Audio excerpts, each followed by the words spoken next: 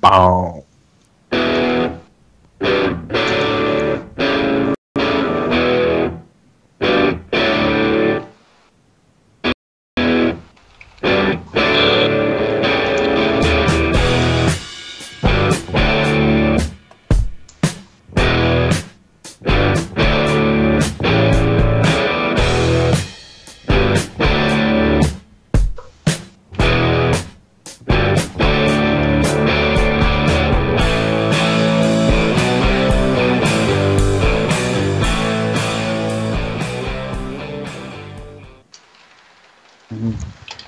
I think we're live. I'm not sure, but I think we're live. Everybody hold your breath. For better or for worse. Don't turn blue like a Smurf. There we go. Okay. What's up, everybody? We were 45 minutes late, and I don't even know what to say. So, welcome, everybody. You know what the good part is that people that are going to jump in from Game of Thrones won't have missed much. True. There you go. So, Was a Game of Thrones delay. Yeah. No, that's all right. Wait. How's everybody doing tonight? Tired. Good. Yeah, me too. So we're going to give this thing a try and see what happens. I make no guarantees. There's some stuff that's got to be worked on that I just don't know what the hell's going on. And you know what? If this is the way XSplit's going to play, maybe it's time to look at something else, because I'm just getting really tired of the technical difficulties that OBS is giving, or XSplit's giving us, and I might have to take a look at OBS. So, Yeah.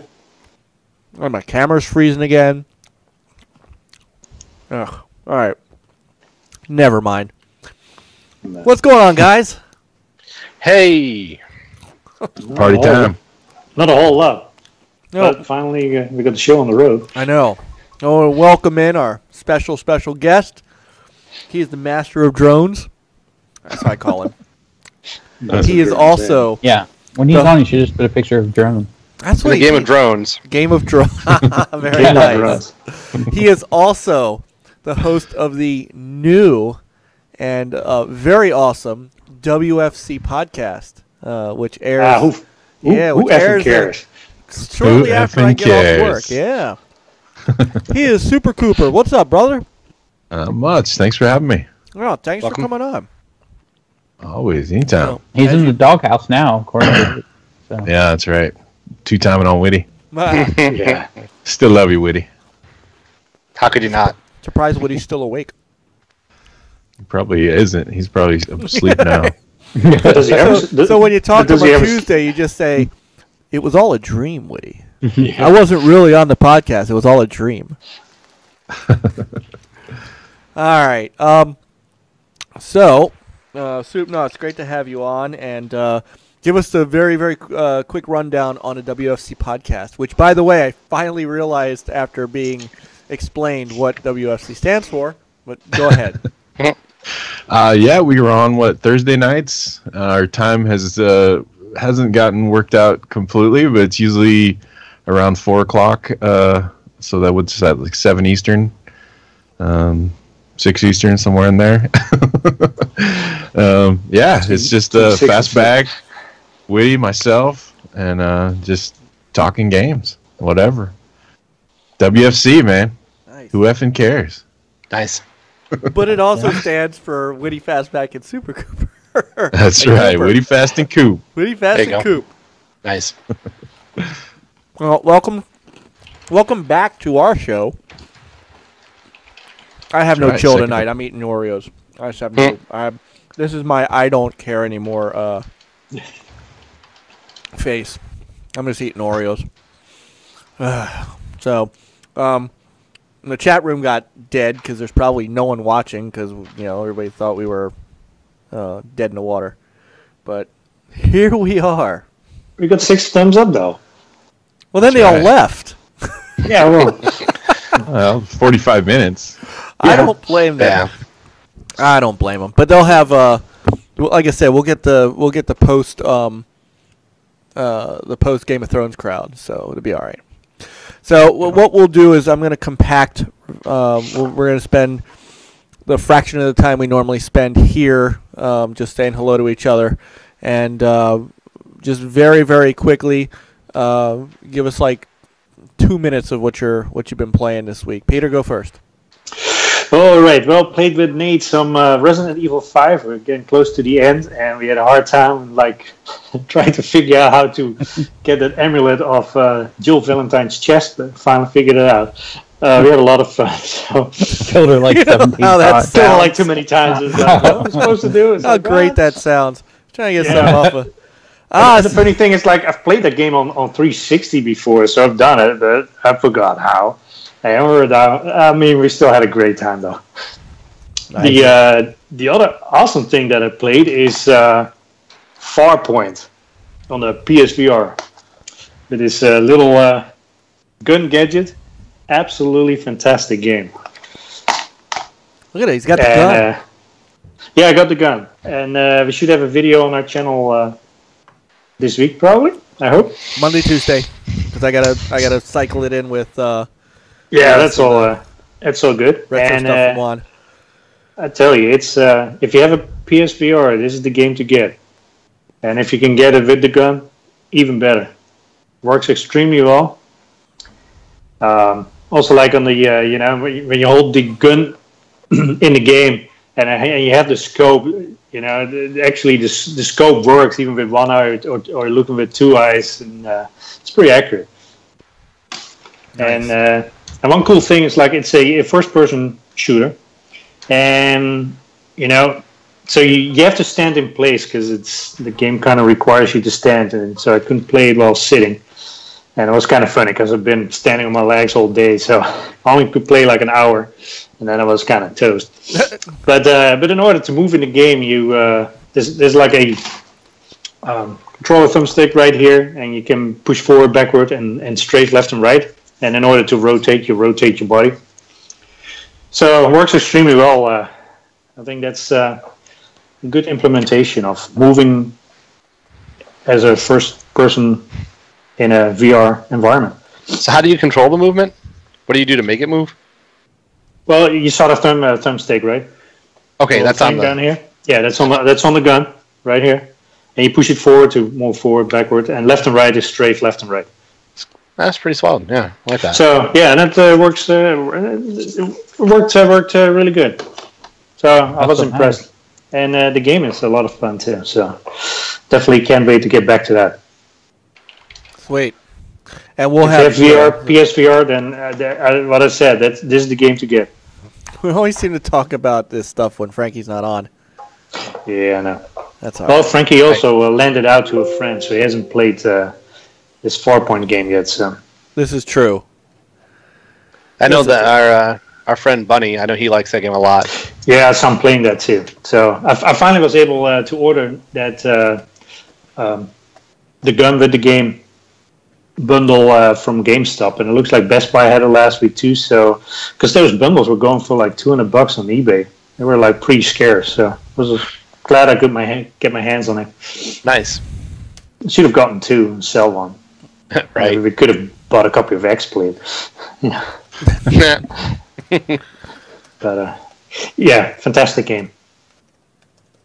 Awesome. Oh, and I played a little bit of Metro before we got on the show. That game is so good. Metro? Metro. Which Metro one? Yeah.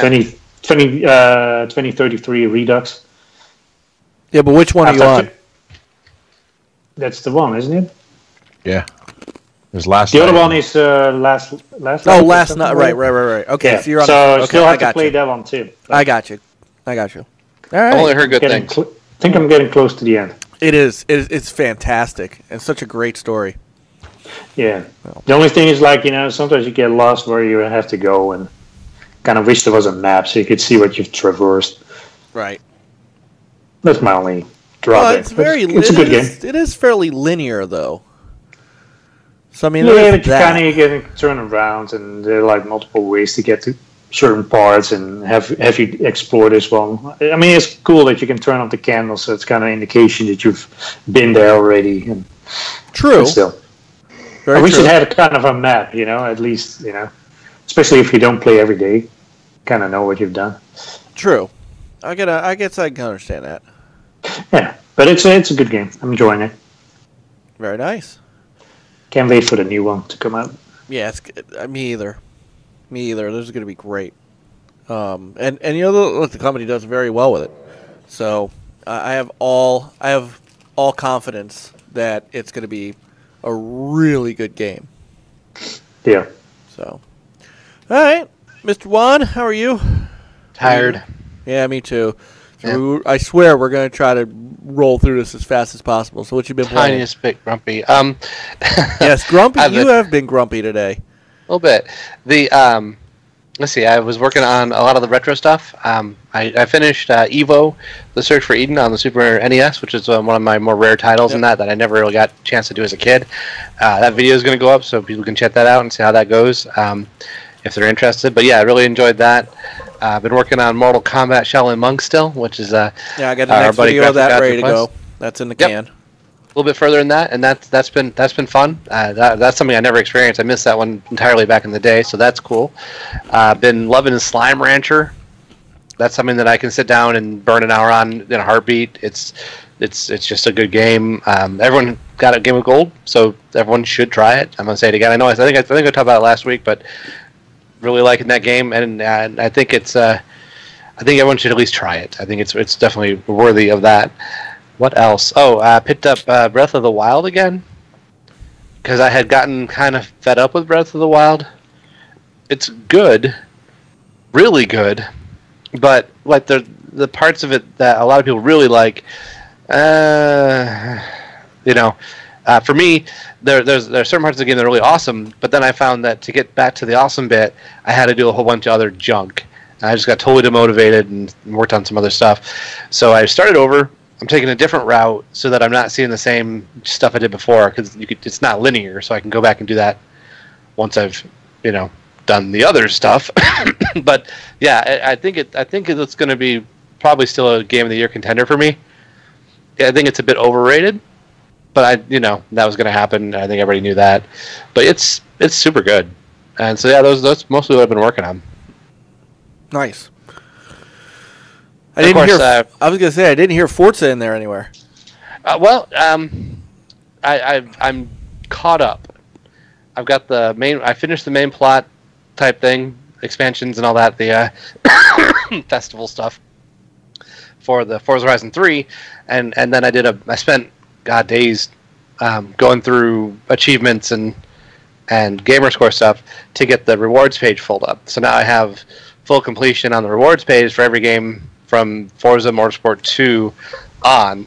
So that's Forza Motorsport 2, 3, 4, 5, 6, Forza Motorsport Apex, Horizon 1, 2, and 3, and the standalone Fast and Furious. So I've played a ton of Forza. But yeah, no, and that's a great game. Forza Horizon 3, obviously my game of the year last year, I think is one of the best games of the gen. It's just about flawless. Hey Juan, have they announced the perks you get for completing those tiers when Forza 7 comes out? Not yet. They haven't announced what the different reward tier levels are going to be. But whatever they are, I'm at the top. Yeah. So yeah, I'm pretty excited about that. I should have Frankie, so I'm like one higher on the list. You're like, I know that. Otherwise, I have you have 4 friends ahead of you. Oh crap. Mine's like you have 101 friends below you. Yeah, nice. But mostly it's just time. The rewards thing it's kind of a skill thing because to get some of the achievements you got skillful stuff. But like you were saying, there's also the tokens factor to it. So if you're a VIP, if you buy the ultimate like I do and you get the tokens, that'll count for that. So if you're interested in doing that, but the nice thing about the rewards tier is that every 10 or 12 days, I think I get $500,000 in Forza Horizon 3 and $250,000 in the older games. And I can just log in at some point, collect the money, and buy new cars. I don't have to really grind. It's kind of nice. Yeah, true. And it's just because I played all that time. I didn't buy anything particularly outrageous to get that. Cool. All right. Next up, and I know part of what SuPRCooPR's played this week, but what else you been working on? So yeah, the obvious one, No Man's Sky. But I got to give a shout out. The game that I finished this week that's one of the best games that I've ever played is Hellblade. That it is just a fantastic game. I'm actually going to probably reboot it and start it up and do another, because there's these little runes you go through that kind of tell stories that I missed, I think 3 or 4 as I did the first playthrough, so I'm going to go back through again and find the last few runes and just do, fantastic game. Can't wait to play it again. Sweet. I want to get it. Everybody's saying the best thing about that game.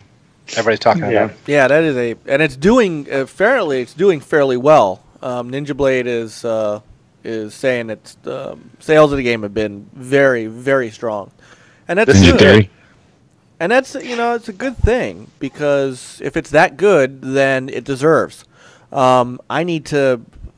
So I think price helps too. For $30, it's like a little easy to spend, than say 60. It's easier to splurge on. Well, and it's better than a lot of $60 games I've played. I mean, it's just fantastic. Well, good. Maybe you can give us a little bit on it if we have some time, because I wanted to get it, and then I realized that my choice is either that or Sonic Mania. Yeah. And the Sega fanboy in me it wins that battle every time. Mania looks really good. It does look really good, and so I'm thinking it does look pretty good. It's either that. I can always pick up Hellblade later, and I will, but I got to go Sonic Mania first, so that one had to take priority. I want Hellblade on the X. If I didn't have to pay $40 to go to the damn Coleco Expo, I'd have had $40 for Hellblade. No, I blame Coleco. That's gonna hurt. I will definitely pick up Hellblade. I expect it'll come to the Xbox, and so I won't have to, purchase it on another platform. But yeah, that would be one that I think would benefit from X enhancement. So that's what I'm gonna hold out for. Yeah, I've got it. I have it on my PC. Obviously, I don't have a PlayStation, so I've got it on my PC, and it runs just. I mean, I had it. I've only got a 1080p monitor, 60 hertz, but I mean, I was locked 1080, 60 frames. Not a single glitch in that game whatsoever. Absolutely gorgeous graphics. Just, yeah. I mean, it's so nice to see a game when it releases play perfectly. Right. So rare anymore. Yeah. Especially on PC. Seems like everything on PC you have to wait for some sort of patch or fix this or whatever or something. Yep. I mean, even Forza Horizon 3, it was still, I have a GTX 1080 with an i7, and it still has this weird stutter. Yeah, I don't understand. Gears was a good port, but yeah, not a lot Break, not so much. I never played that one on my PC. I didn't get the PC code for that one. Just out of curiosity, is there anything else on Ninja Theory that's come over? Because I kind of Annihilator is saying he doesn't think it's going to come over. I kind of agree with him. I don't know that it's going to. They haven't said either way. They were asked about it, and they said that because they only had a 12-person development team, that they could only focus on one console at a time. They made their focus PlayStation. Yeah, which is fair. Sure. Yeah. And but he didn't the director, I can't remember his name, but yeah, he in an interview here recently, he stated. I mean, he didn't say either way. He just said, "Yeah, I said, when we had to focus on one thing. We only had a 12-man or 12 person team developing this, so didn't have a lot of resources. So we just kind of had to focus on one thing." And he's right. Sony did give them some. They've self-published, but Sony did give them some marketing money or something to. Or didn't they? Right. Is that the pub fund? I can't remember, because they have a pub fund, or they used to have a pub fund. I don't know if it's still as active as it is now, but they kind of had a earmark for that kind of stuff. But I mean, if it doesn't come, it doesn't come. But they're not going to rule it out. No PR guys are going to be like, nope, it's never coming.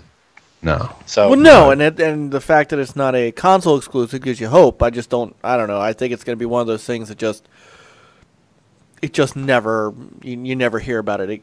You never hear the news. You never hear about it again. It just kind of like Nier Automata.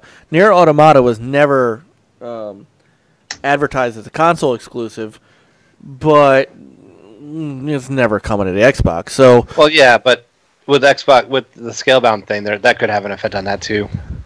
it's sure. There might be. I'm sure. I'm sure it would. There. So, actually, and to answer Annihilator's question real quick, would it even sell on Xbox? I think it would because Xbox does buy the Dark Souls type games. Yep. And so it's not that it's just. Also, I've heard it compared to Rise. I've heard Xbox that too. And so I think it would. I think it would have an audience there that, that Nier Automata may not, if that makes sense. Anyway. All right, so moving on, Nathan. What's up? Hello, how are you guys? Good. What have you been working on this week? Resident Evil with HGK. Resident And that's what happens when we play together. It's like, oh, well, he talks about it, and then I talk about the same thing. Is dip but into it's all whatever. good. That's what it's about. I was disappointed that Juan did not play For Honor this week, though, since it was free. I figured he'd kill all the newbies and throw them off the mount. Nah, I've been working on the campaign just because I want to put it on the list. Haven't been finished. It's not a great campaign. It's mostly just tutorial for. It's like a walking tutorial for the multiplayer. So, but I haven't been in a hurry to get back into the multiplayer. I don't know why. I think it's just because I want to check it off the list. I just want to put it as done. And then when Season 3 comes, because I have the Season Pass, so I'll probably check it out when the new characters come. But yeah, no, when I've been playing that, it's been the campaign. I have been playing, speaking of the Switch again, I have been playing Mario Kart 8 Deluxe. I still think that's the best thing on that console. Like, the Splatoon and ARM just don't do it for me. I'm just not interested. But Mario Kart 8 Deluxe is just about perfect in almost the same way that Forza Horizon 3 was on the Xbox. It's pretty flawless. It does what it wants to do very well. And I just finished up the mirror tracks, getting all the 3-star perfect all the way wins. And so now I'm doing the 200s, and that's kicking my butt pretty well. So it'll probably be end of the year before I'm done with that. But I want to get that on the list too. He just goes for it all. I'm going for speed. I'm going the distance. Perfect. So, all right. Cake. Yeah, cake. Bologna cake too, but right. Oh god. Yeah. Not the donut, the Krispy Kreme donut. I think I deleted that picture, so I can't show it again. That's fair. So, okay, so the only thing honestly, I've actually fired up old consoles more than I have new consoles. I played some Rainbow Six Siege this week with oh yeah, you're right. He's here somewhere. Let me tell you a game. There's a reason that game keeps charting, because every time I go back and play it, I'm reminded why it was a great idea for me to buy it after I said I didn't want it because it was multiplayer only. Granted, I don't play it all the time because it's multiplayer only, but for that time when I want to get together with the boys and had a great time with LSC. What the hell is his name? Noble, yeah. I just call him Noble. Well, he's Morganism on our Discord room. Yeah. I've been going back. I picked up a component cable for the Xbox, for the OG Xbox, and I am probably going to at some point pick up a component to HDMI adapter so I can kind of mold it in with the rest of the consoles. But I've been playing Toe Jam and Earl 3 and Rally Sport Challenge, and I just been going. Rally Sport Challenge, so good. Oh my god, so good! Because as I was telling Coop and Fast and Witty, I bought the Xbox to hedge my bet because I don't think the backward compatibility is going to be what I think it is. So why not just get the system and just be regular compatible? So that's where I'm at. That's why we need Frankie on right there. He has the news for Hellblade. Yeah, he says it will likely come to Xbox. Sony did not give them dollars. It was completely independent, like Lawbreakers. It was a console launch exclusive, so likely to hit Xbox in the coming months. All right. Well, if it does, great. And I'll grab it if it does. Yeah, me I too. mean, it's great that a game did so well. So at least they Yeah. had money to develop it to another platform. Yep. Yeah, if sales are good, that's typically the piece that makes it work. So, all right, Game of the year so far for me. awesome. So I gotta get it. I gotta Man, get what it. would mine be? Do we know how Lawbreakers did? It's the numbers aren't great. Yeah, the numbers aren't great. Well, yeah, on But- PC, but do we know it on PlayStation? Not yet, but I'm thinking that concurrent is probably not that great either. I will say though, I did read an interesting post on Gaff from one of the developers there, where they pretty much had this planned. They pretty much expected this. Now it could be just spin or whatever, but just PR talk. But they basically said that with the team that they had and the kind of lack of new player hand-holding that it does at the start, and their plan for launch and advertising and such. Because it's been compared, some people are making a big deal of it being less numbers than Battleborn, but Battleborn had so much more marketing around it. So, they're not feeling too worried. They're counting on the service aspect of it, the game being good and updated frequently, and them being reactive devs to feedback, and that keeping people in it and drawing more people in as opposed to day one. I think day one's not as important as it used to be. Well, and it may not be for them. It all depends. I will for that say type of this. game. That, look, this is kind of funny because Cliff was on. He wasn't on. It's not like a TV show, but he was interviewed by Eurogamer. Yep. And they talked about the game. And then I found this interesting. This is the only really piece to it. He did say it's a marathon, not a sprint. They kind of viewed it as a soft launch. Not heavily advertised. It just kind of was there. I mean, really, most of the advertisement came from Cliff's Twitter. I mean, Yeah. to be quite honest. So, it is a possibility that it has legs. Now, we're like a week out of launch, though, and those numbers are still low. So there's got to come a point to where those numbers need to jump up in order to make it, make it not a sales failure. So, and for those who love the whole, the whole drama that goes along with Cliff, he in that interview did kind of allude to the fact that his polarizing personality could have had a negative effect on Lawbreakers at launch. I don't know. Me either. I mean, it's what. So I question that.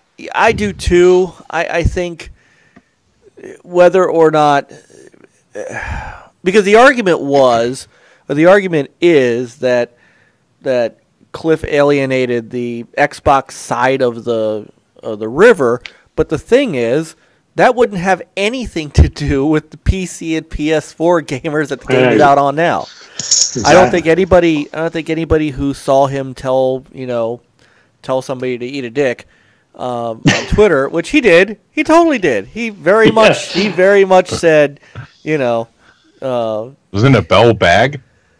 He's like, eat a bag of dicks. It was. He did. It was an entire bag. And you're like a take-home sack. and people are like, oh, and I'm like, dude, have you guys not known this man for 25 years? Right. I mean, he This was came not a out surprise. He came out on stage, like a boss for Epic many times with chainsaw guns and whatnot. I mean, that's what this guy does. He doesn't give a shit. And so, that didn't exactly embolden the PS4 community to go out and buy the game. So I don't think I'm with you, Juan. I kind of question whether or not his bravado or what he said to the Xbox community on Twitter had anything to do with what's going on now. I think, if anything, I think where they may have an issue with oversaturation of the market of shooters, which is one of them. And two, it's if you want to make the argument about what console the game would have been better for at launch, the PS4 has bigger numbers. You've got the bigger base to go along with. But there is the truth to the shooty bang bang Xbox fans. I mean, you only have to look at what sells and what doesn't to understand that its numbers don't lie. So it may have been the it was. combination. I wouldn't lump it as the same as Titanfall. See, Titanfall had a home and fans. I mean, I loved Titanfall. I played the mess out of Titanfall. I must have Prestige or whatever they called it like 4 or 5 times, and that's more than I ever did for a Call of Duty. And there were so many great things about that game, despite the flaws that it had for being a relatively early game in the gen. But they put off Xbox people. I mean, they put some of them. I don't want to get too deep into the snark thing that's been talked a billion times. Don't need to go too far with that. But just by in the act of giving up the home that they had with Xbox, so they could chase install base, it's going to turn some people off. Now, I bought it anyway at full price, like an idiot, like 3 days before it went on sale, super quick. But I loved that single player. It was fine. The multiplayer campaign was fantastic. Yeah, it was real solid. The multiplayer, I didn't like how they handled burn cards, Titan customization, and the balance between pilots and Titans. Those 3 things threw me way off on the multiplayer, so I still don't care for it. But like I said, it had a home. It left its home to chase things, and EA happened to do that at the worst possible moment between Call of Duty and Battlefield 1, so of course it got smoked. Well, that's what I think. Honestly, I think that is... Oh, that's definitely the major factor. That without doubt, that is the number one reason why. But I still believe that had it been... If it changed nothing else, make everything else the same, if it doesn't leave its home, and it has people buying it for the fact that it's an exclusive, it does better if it stays on Xbox. Yeah, but you think those people? But you think those people are just gonna buy it because? Yes. Over Battlefield 1 and Call of Duty? Yep. Exclusivity is a powerful thing. I don't really give an F for it myself. I understand who it benefits, and I don't need it myself. I don't care if someone else can play the game I'm buying. I will never say to someone, "Oh, haha, your game isn't your game isn't an exclusive, so it doesn't count on some stupid list or whatever." But the thing is, in gamers, for some reason, as a community, it's like a magic word to gamers, and if it's exclusive, then it's somehow better. I've actually had a kid say to me, "I would like Xbox if it had exclusives, like it was a genre, like it was a type of game." So it's a powerful word, and Xbox is learning that. They're taking a beating on it every day now because the beating can't be for hardware. But like I said, it's a powerful word. I do think that Titanfall would have done better just on Xbox because a lot of Xbox people had to walk away from that game for it to sell what it did. Yeah, but a lot of PS4 people might have sold the same amount. Except you didn't have the PlayStation development cost. So indirectly you saved. But there's that too. Total units sold might have been the same. I don't know. I think it might have even done a little better because it's whatever it got. It chased the 60 million install base, but whatever it got of it didn't make up for what the people who did. It sold 1/4 of what the original did on 360, Xbox, and PC. And I can't imagine the 360 sales were all that huge. And we know the PC got buried. It's a terrible release date. Right. Game got buried. Yeah, I think that's more. Yeah, I think that's more of it. I'm never saying that's not the top reason it got buried. That was the biggest problem. But from absolutely destroyed to doing better, like there's a room between not destroyed and destroyed, or total turnaround and it's a huge success. There's room where it could have done better, and I think it would have done better on Xbox. Could EA Access have anything to do with it too? That numbers were low on Xbox because people like, maybe. Maybe because we were all used to it. We were all used to getting a trial and and having the EA games go to access, and then they were like, well, we're leaving your home and we're not going to give you a discount on access. Here's the finger, Xbox players. Oh, and we're going to be snarky on Twitter. It would have done better if it had stayed with Xbox. Now, Lawbreakers is different because it didn't have a home. They did the right thing by going to where the install base was. Well, but I would argue that Cliffy B had a home. Yeah, that's been the if you read, which is why I kind of don't, which is why I can't really conflate both of them in that same thing. If you read the complaints, it's that Cliff Bleszinski was the father of Gears of War, arguably one of the biggest franchises on the Xbox, and he traitorred. He loves PlayStation. He's got some beef with Microsoft. If you read, there's this whole conspiracy theory over this. So and again, I don't know if he brings it to the Xbox. Will the Xbox players gobble it up? I don't know. Well, according to everything I get told online, we're super thirsty because we don't have any games. So maybe. I don't know. I gotta find you a new social media outlet. I'm gonna make something for you. But I don't know. I think the release date for go ahead, Nathan, chime in. You haven't said anything on this, and then we gotta. I've been in the chat room. My bad. I've been chatting with all of them. Maddie just came in. I said hey. So. And I don't know. I talk a lot when we talk, but I remember being a person who was like them, and I loved what you guys said, which is why I'm paying attention to you guys at the same time. That's all. I appreciate you guys. The hell was that? No, that's why I'm not talking. I used to be a fan. That was the most politically correct answer I've ever heard. We are building a fighting force of extraordinary magnitude. By the way, Soup, Woody is pissed. He's pissed. He still loves me.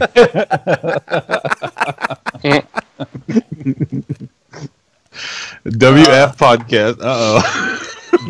That's right. He's here. WF. It's just the WF. W's lowercase TF. Wow, Coop. Oh man, they're abandoning ship. That's right. Yeah. All right. So speaking of ships, it's a great segue. I don't know why. Let's get to the couple things we're gonna do. We're gonna try to kind of rock through these. We're going to start with... Sorry. Oops. Hey, what's going on here? There we go. Let me back this up. Oh, come on. See, I didn't want it to play until... Here we go. Oh, Coop played this? Oh, come on. Coop played this. This is a SuPRCooPR joint. What did he call it? He said, No Man's Sky and chill. Oh, it's great. So, SuPRCooPR, the floor is yours. I want you to Cooper tell... even has an avatar already. Look at this. I know. Oh, look at that. Look, I even spelled it right. Got the Pima jersey. Well, I'm hoping that he sees this stuff and he goes, "Oh man, this looks really good. I'll do some other PC stuff for you guys." Yeah. I will. Actually, I already did another video, but my audio is all screwed up. I can't. Well, I got to figure out my audio issues. I got to tell you, I get requests for PC games for us to stream or do videos on all the time, and I have to turn it down because I don't know any of us that really have a kicking PC. So if you are up for it, Absolutely. All right, cool. We'll talk offline. Sounds good. So all right, so. Oh snap! It's going down in the DMs, guys. Uh-oh. Yeah. No one's having an Xbox. Right. It's the payment. Avatar Right. This is the right. This is the backroom deal to recruit SuPRCooPR. Yeah. Well, it's kind of funny when Vidi posted a picture. It's like, hey, You know, because the No Man's Sky is coming to Xbox because he did a little screenshot of the. Because when you play on PC, you still have the Xbox. Whatever, right, you got to use that controller. That surprised me. I didn't realize it did. I didn't. Yeah. Yeah, that it showed up like, on my that's Xbox. cool. Right. Yeah. That was funny. I forgot who. Oh yeah, and then it's kind of funny the comments people were making, and it's like, yeah, he just made that as a joke because obviously everybody knows it's not on the Xbox. Yeah, I think it was Witty tweeted that out, and somebody. Yeah, that was awesome. Right. All right, Coop, give us the this is the 1.3 Atlas Rises update, which I also, by the way, had to go back and correct my spelling because I was spelling it Atlas and it's Atlas. So, give us the. It'd be cooler if it were Atlas, though. Yeah, well, It would. If I could find Catherine on a planet, I'd be happy. People put their head down and made this for us, though. Yep. That whole thing, I don't want to get too deep with it, but I do respect that they kept at it. I have nothing but respect for that. Yes, exactly. Absolutely. Yeah, they could have just walked away and saying like, "F it," you know. Yep. Yeah. Take them. We're done. Cut their losses, take the sales they got. No, they've been working at it. And this, so Coop, run down this for us. This is a pretty substantial update. It is, and you know, to be honest, I didn't even, you know, I'd heard rumors about. I'd watched. I wish I could remember the YouTuber's name, but he's done because they've done this weird Waking Titan little series where it's kind of been behind the scenes and some sort of cryptic messages that people have been having to decipher. And anyway, I didn't get into all that, but I'd heard rumblings that there was some new big update coming out, you know, and then obviously they announced it the other day, and I had the day off, and I bought this game when it first hit PC, and I enjoyed it. I played, you know, 40 some odd hours. I did the core thing at first. I found the core, which was pretty disappointing, and then I did the whole Atlas path, which again was pretty disappointing, and you know, but spent all those hours in the game, and really, I mean, I did enjoy my time with it. I'm not gonna say, you know, I hate it, but that was, I mean, once you got past those two sort of disappointments, there really wasn't anything to do. I mean, I had my ship was maxed out. You couldn't even, I mean, every time you kind of find like he's showing right now, you go to these little space stations, these little Atlas stations or whatever, and you can get new blueprints. Well, I had all the blueprints in the game. I mean, I had basically complete. There was like nothing else to find, and so it was just sort of exploring and, you know, scanning different animals. But then even that got old because they all kind of looked the same. You know, each planet was like maybe a different color, but I don't know, it just all kind of blended in, just looked the same. It really didn't give you any more reason to play the game beyond what you'd already done. So I put it aside, and so I jumped in this, and I didn't even look at the notes. I didn't even look at the update notes to see the release notes to see what was new. I knew that they had the little buggy explorer, you know, things. I knew that they had, and some of this stuff was already released in previous. There's been a couple decent upgrades as far as the base building, and then they had one with the freighters, and then one where you can do more planet exploration with the little buggy things. And I knew that those had come in, and I had done a little bit with the base building, but wasn't super impressed. And so anyway, I just kind of went into this blind. I thought, hey, I'm going to give it a try. I want to see if this wows me, if this brings me back in. They've changed some of the interface. I don't know, in the video you could see like where you go into the galaxy map. They've changed the way you kind of navigate it, which it gives you a little more information, but it didn't really, I actually thought it was a little more difficult to kind of maneuver and find out where you were going. But I guess it does give you, and there's more stuff that you kind of unlock as you play through. But anyway, I wasn't too impressed with that. There is, I guess now they give you waypoints. I didn't do enough exploring, but it kind of gives you, a way to track where you've been, as where before you were just kind of like, like you could never get back to where it was like just a random, exploration. I mean, there was no way to track where you'd been. There was no map that said, oh, you'd been here or whatever, aside from if you had named it or, it tells you, oh, you discovered this or whatever. But I guess they've added some stuff to that, but I didn't get into it enough for that. And then I think there was, and there's more to the Atlas, but again, and I went to the first one that I went to, and that's, I think where we're at here in the video. I'd already been to this Atlas station, so it didn't do anything new. There was I couldn't even interact. So that was kind of like, okay, but that was one I'd already discovered. So then I went to another one that I hadn't discovered, and it did sort of initiate a new sort of cryptic message that, okay, you know, there's some new alien species that, you know, you got to figure something out about. I don't know. It was very cryptic, I guess is the word I keep going back to, because you can't understand. You kind of learn little bits and pieces of language as you go through, and I don't have any of that new alien species language, obviously, so you can't understand anything that they're saying. So I guess that starts the path, and they do have a new quest line thing where you can track what mission you're on and whatnot, which helps out a little bit to, you know, kind of give you direction as to where to go next. I've read there are some nice quality of life improvements. Yeah, I don't know. I didn't notice, to be honest. I mean, the textures are a little bit. I mean, I'm playing on a pretty decent PC, and I always thought the game looked pretty good. I didn't, you know. I mean more like those like minders or things that just make the experience a little easier on the player. Like an example from Elite Dangerous is when I'm jumping from one star to the next, it now tells me what class of star that is before I made the jump, so I can know if I can scoop at it before I jump and use the fuel. Yeah. So that's a quality of life improvement. I think I read that they made those kind of changes. And that's part of that new Galaxy map, is it'll tell you like each system, kind of what's in that system. You can scan the planets. It gives you a little more information as far as what resources you can get on that planet and whatnot, and what faction, you know, kind of runs that area.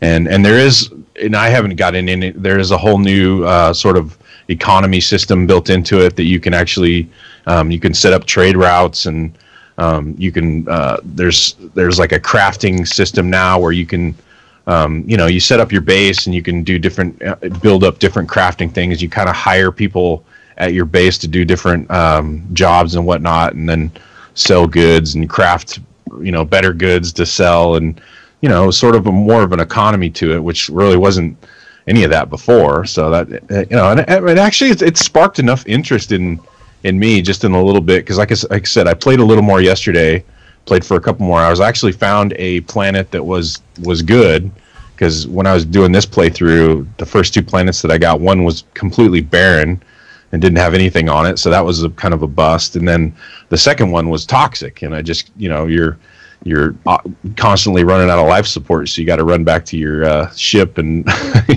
which I have one where it's like, you know, a lot of acid rain and other stuff, you know. Yeah, that's how that one was. I don't know. Yeah. I think I have to start all over, because it's kind of a pain in the neck. And that was how I started the game, because it randomly spawns you on a different. Well, my first planet was like that. It was completely toxic, and it took forever just to fix my ship, because I couldn't. You know, you can only leave your ship for such a short amount of time. Then you had to run back, you know, let your life support build back up, and then you know. And then when you wait back, you get acid rain and you still die. It's like, that's where I'm at. It made it really tough. You're almost better off just canceling that save and starting a new one when you get to that point. But yeah, I think that's what I'm gonna do, because it kind of takes the fun out of it a little bit.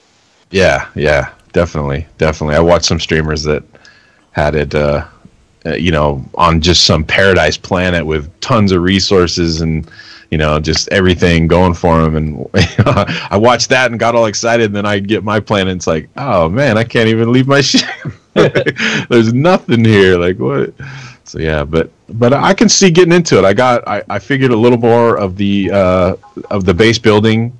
You can only build one base at a time. It's kind of weird, but there's a way now they have like a teleport system. So now you can actually, instead of having to fly back and forth to the space station, you can actually just go to a little teleport thing that's in your base. So that's a nice, you know, helps with travel a little bit there. And I think it even said there's other teleport stations like throughout, so you can actually go explore and then teleport back to your base, you know, build, you know, have some storage and stuff, because that's always been a problem with this game, is you know, storing resources. You're always like running out of space, you know, no space in inventory or whatever, you know, it's no space for very you. Annoying. Yeah. So yeah, they've improved it. You know, I think they've improved it. definitely more of the game that they promised us in the beginning. There's a lot of stuff to do. This game's huge. I mean, you can, I've barely scratched the surface on it, and like I said, I'm 40 or 55 hours, I think it was now. I think that's what it said on my Steam thing there. And I wish it was in VR. I do too. That would be a game changer. This would be the perfect, just like Elite Dangerous, It's just set up so perfectly for VR. It would be fantastic. I hope that's in the works. I agree with that. It looks, especially with the planetary exploration, could be perfect. Yeah, it doesn't look boring. It looks actually good.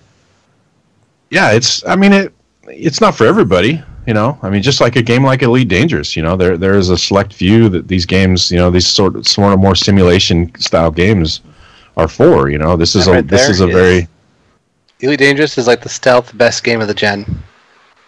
Yeah. In terms of like what the devs have put into it and their interaction with the community and the scope of it and the things that have happened. You know the story about the aliens being found, right? No. Okay, so in Elite Dangerous, they have, and this goes because Elite goes back. Like Elite was a PC game back in like the 80s, right? And there was a race of aliens in that game that wasn't in Elite Dangerous, and they were actually added. But Frontier was smart enough to not do this as a DLC or an announcement or anything like, hey, we're putting this in the game, so everybody look out for this, or buy this new enhancement and you can get these aliens. They were in the game and they put them out there in the universe and let players stumble across them. So then you get like a guy on YouTube, being, oh my God, look, I found this thing, and it became a story, and really clever. And it's still ongoing. There's been more encounters. People have found alien structures on planets when they've been exploring, and there's a whole story that's evolving that nobody knows because it's Elite Dangerous. But yeah, it's amazing. Yeah, this game to me is a dumbed down version of Elite Dangerous. Yeah, I can see the appeal. I can see the similarity too. I could see also kind of like that relaxing, vibe to it. Almost. How's the music? Like the music's great. The music's fantastic. It's got it's really, really well done. The whole atmosphere is really well done. Like you said, you can see from the screen here. The game is, and this is a barren planet here. This was the first one I went to. This planet is barren. There's hardly any flora fauna at all on this whole planet. But even still, the color palette's really nice, and for me, the whole procedural thing comes off a little like Spore, though. Remember Spore? Yeah. Because Spore was supposed to be these infinite possibilities and everything, and it always just kind of looks like what you've got is assembled from a particular box of Legos and just different pieces put together. Very true. Very true. And even the animals are like that. The plants, the animals. I guess there is in this one they've introduced a new glass, some new flora that's some sort of glass planets that have. I don't know if anybody saw the screenshots what they showed, but they're kind of these glass trees that almost look like they're have solar panels or something on them. So cool. And a new resource. That's actually a new resource that you can collect and stuff in the game too. Is the glass resource, and yeah, you can legitimately tell they put work into it for sure. Oh yeah, absolutely. There's a ton. I couldn't believe just going through because now there's like a blueprint vendor for the base buildings. You can, you have to purchase blueprints in order to do different upgrades and whatnot. And I was just scrolling through the menu on it, and just on one, I don't know if it obviously there's like different vendors or something have different items, and just the one vendor that I found, he had it was like 6 pages of stuff to go through, and all, I had almost none of them. So there's a lot to discover, a lot to do. There's all kinds of different customization you can do to your bases, and there's new ships. They've released a couple new ships, which is nice because there was only 4 or 5 different models of ship, and they were all kind of cheesy looking if you ask me. And but so there's a couple new ships that they have released in this new update, and it's definitely worth revisiting.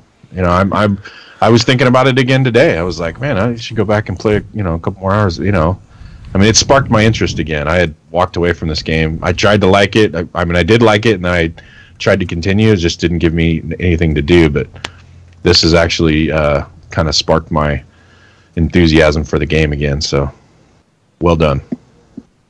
Cool. Nice.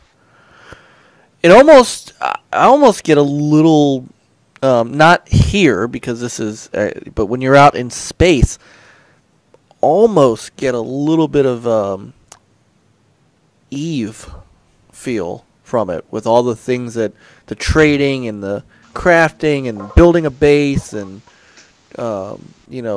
Yeah. It almost feels a little bit like Eve. And it's just missing the multiplayer aspect, It's just missing the, and that is actually another one that they, I don't know if anybody saw that, but now the multiplayer is like you can see somebody's orb. Right. Right. Yeah. Anchor showed us that today. Yeah, and there is some voice over IP whatever, so you can actually talk to them apparently. I have yet to run into. I searched around a couple of space stations and a couple of freighters, but I have yet to run into any orbs yet. So, See, if I saw an orb, I would just want to collect it so I could jump higher. Yeah. Crackdown. So they're making progress. It is some form of multiplayer apparently, and there's like a message center you can put in your base so that people can, if somebody does discover your base, they can leave you a message. So I guess it's something to it. I don't know. All right. Well, is it crossplay between PlayStation and PC? That's a good question. Well, I mean, there is. Yeah, I mean, you can't even crossplay at this point with. No, but I mean, when you see planets that got discovered by. That's a good question. I don't know. I don't know that one. That's actually another interesting fact because they had, when the game was released, it was like, well, it has multiplayer, but the odds of you running into another player are like, slim to none, basically. The first system. So when I finally, like I said, I got on that toxic planet. Took me hours to get off that planet just to get my ship fixed, enough to get to the space station. And so then the first system that I went to from my starting system had already been discovered. Yeah. Right. So I was like, I come in, this was discovered by so-and-so, and all the planets were renamed. I was like, what? Like, how is this? This is going to take me how long to discover? Like, yeah, the very first system that I visited outside of my starting system had already. So I don't know. It is the only one I've come across though that had been discovered. I thought I would maybe stumble across that same player's path, but I mean, there's literally millions of paths you could take in this game. It's pretty crazy. Right. So how much of a grind is? Oh, it's a huge grind. Huge grind. Even. I mean, I have a pretty good amount of resources. There's I won't call it sort of an exploit to get, I don't know if I'm going to call it an exploit, but a way to get money in the game was to, you go to space stations and they'll, when you go to the little Federation Trade Center thing or whatever, where you can buy and sell goods, it'll be either high market value, low market value. So it'll be in the green, or it'll be in the red. So if something's really high, they're giving you 3,000% over the, the going rate or whatever. Then you can make it, and then you find a planet in that same system that has a ton of that resource. You can just go back and forth, and just, farm it and sell it, farm it and sell it. And so now that what were we talking about? Oh, so grinding. So that's even to get resources. I was trying to build my base, and I can't I got one building. Well, then I can't do a door. I couldn't put a door on it because I don't have enough resources for the door. So then you got to go back and farm the door, and then you got to go back and you're going to put a window in it, and you're like, oh, I can't put a window because I don't have this. And then you got to go grind. And some of the blueprints or some of even the parts you can only find in abandoned buildings or in certain. Like I said, each vendor only sells a certain thing, so you have to go from system to system to system just to find the right blueprint to do one thing, and that's where that little teleport thing comes back, because then you can, if you do find it, then bam, you can just teleport back to your, space station, and has to having to try to maneuver your way back, and So they've sort of sped up some of that process, but yeah, it's still a lot of grinding to a lot of resource hunting and and then your weapon needs to be recharged and your suit needs to be recharged. So you got to have resources for that. And you got to. So yeah, it's it's definitely a lot of grinding in this game for sure. All right. Well, thank you for number one, making this video for us. For those who want to see this video in its entirety, it is an hour of footage, and I might add, it is in full 1080p 60 frames per second, the video, and it looks quite nice up on the channel. It is on our YouTube channel, and you can go check it out. I'll try to pull back through and put the link in the description for those who aren't on live with us. So this was great, and it was great explanations and everything. So yep, good job. Yeah, very good job. Yeah. So all right, it's that voice. Yeah, that voice. I know. It's that SuPRCooPR voice. It's no wonder. No wonder Woody said they'll take you back with open arms. They don't want to lose that radio voice you got. That's right. Laid back. All right. So, all right, Brett. All right. Let's move to the next. And I'll try to be as concise with this as possible. So, if you have not seen it yet, and hopefully you've been holding out for our show, because this is where you're going to get a live demo. Thankfully, because I am in the alpha ring of the Xbox Insider program, myself and Peter and myself and Peter got our first look at the brand new upcoming dashboard, and so we're going to give you guys that. Oh wow! Okay, sorry, I just looked down at the chat room and. So completely. So it's anyway. Wow. Okay. And I have it too. So yeah. TMI fastback. TMI. Yeah. All right. So let's move to the. So those of us in the Alpha Ring got treated to this brand new dashboard, and. Peter, I definitely want to get your take on this while we're talking about it too, because you and I both have experienced it. Soup, you don't have it, right? No, I don't. Okay. I don't. Now they did open that up to they had some. It says pending because they did actually open that up where you can get in it, but it's still pending. There's a little more. I would say. Chance to get into the alpha ring, but you still have to kind of be invited into it.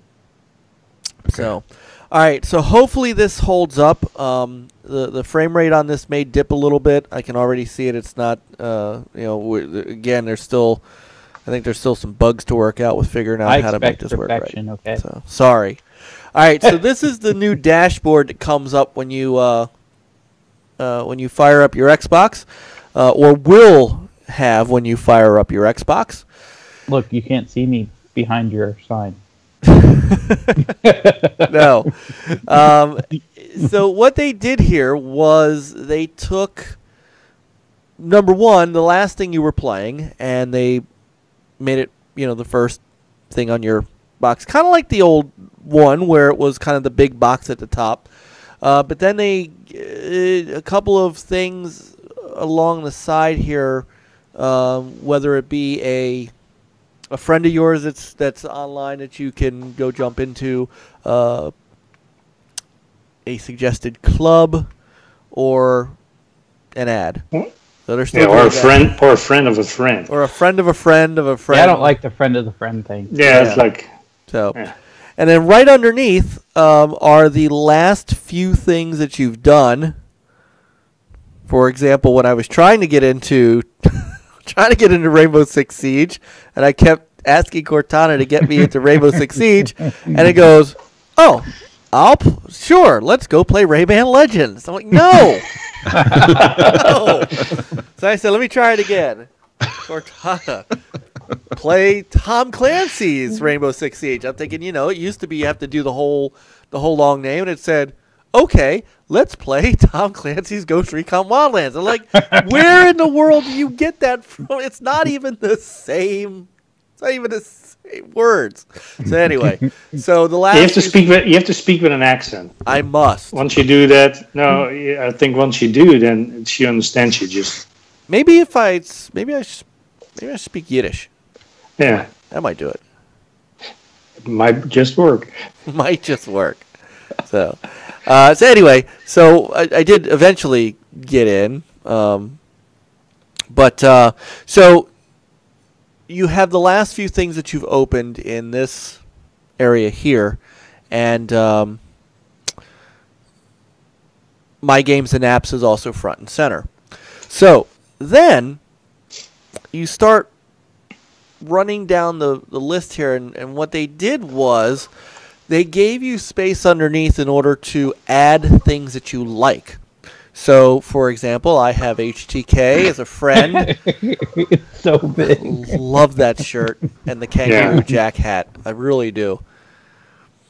And so here I can send him a message, invite him to a party. I can see his activity feed, and then this big blue box that I could just join him with.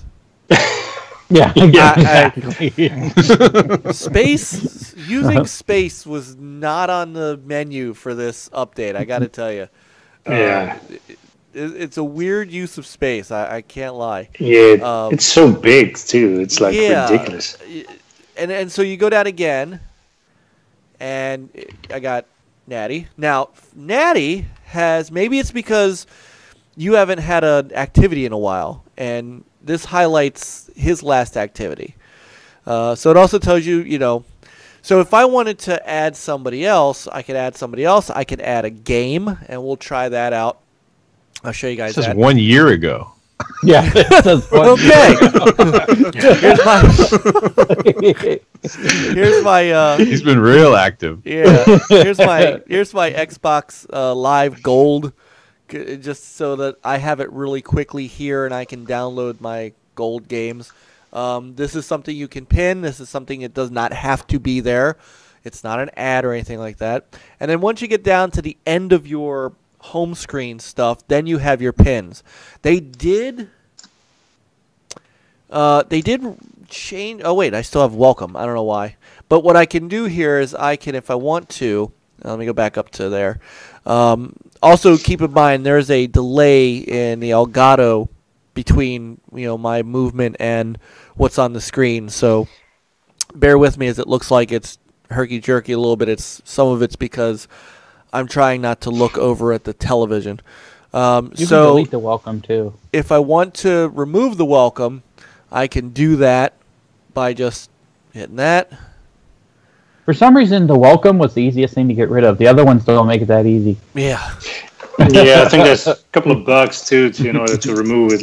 Right, and if I want to move this up and down, I can do that. I can get it between HTK and Natty. I can leave it where it is. I can delete it from here if I want to delete that. So I'm just gonna leave it. You only have one pin pinned? What the? I don't like pins. You don't like pins? What just happened? Oh snap! Shrunk. He doesn't like pins. That's what happened. Punished for pins. No, you tried to delete something and that messed it up. Probably. There we go. Really, really slow. All right. Yeah.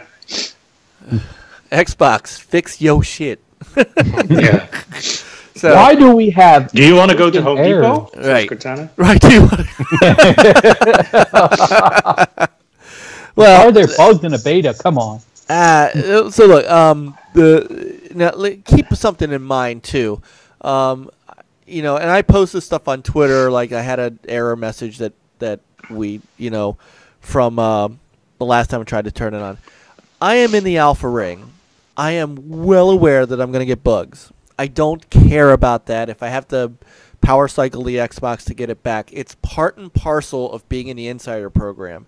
And the complaint that I always hear is, well, they should still make the builds, more stable. well, then that defeats the purpose of you alpha testing it.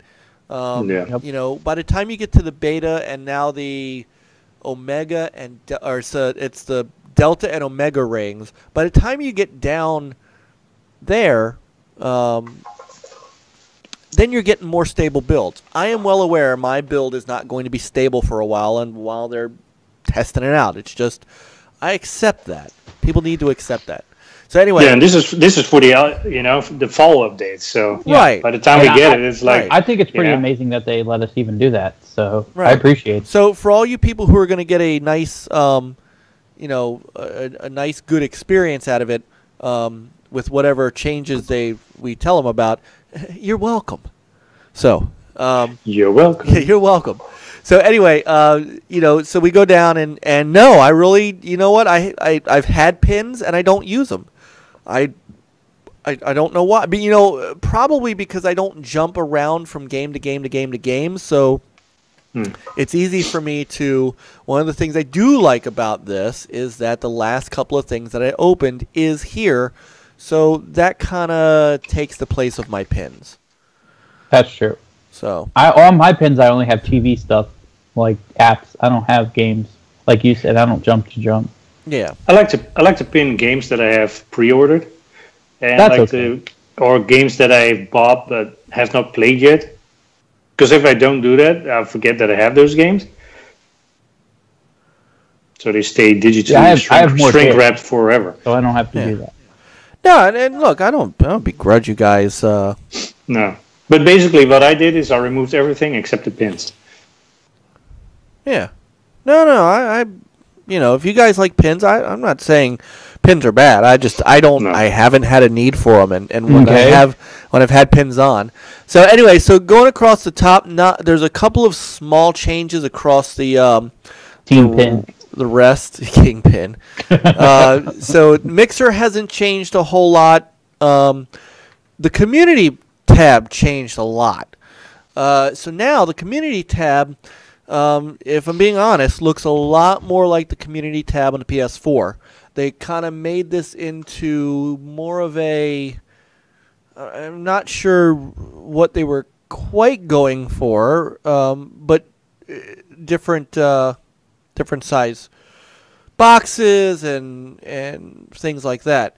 Now, what they did do, which is cool, which we didn't have before to my knowledge, is if I come over here, so we have something to share, we have trending, and we have the clubs. So the clubs are right here. Let's go back over here. Entertainment really didn't change. So yeah, I hated it. It says live TV. Yeah, or HDMI in, because I have my Switch plugged into it. It's like that's not TV, not live TV. Yeah. I don't know. All right, hang on. I'm going to look at my television for just a second. I have my Fire Stick plugged in. Okay. So. Yeah. All right. So, you can customize your activity feed. Show friends activity, show favorites activity, games, clubs, and popular now. For the time being, I took out popular now because I really don't give a crap what's going on the popular side. But I do want to follow. Change that? But I do want to follow what my friends are doing. I want to follow. I want to follow games and clubs. I like to follow the clubs too. So that is something new. The community tab. The other thing that is new, I'm going to just slide over here real quick. The store has changed a little bit.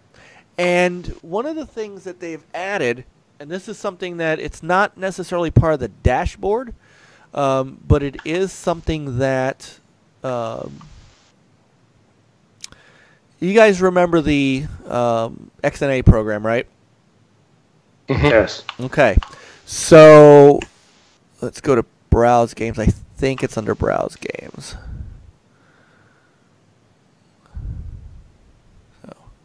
Now, Jeff, I'm a digital-only guy for the most part, so I can, I kind of get... here we go. So, Creators Collection. I downloaded a bunch of the free games off I of that. downloaded a couple of myself. Yeah. And So there is. I think when they're free, then I don't know. Free. Oh, that's your demo.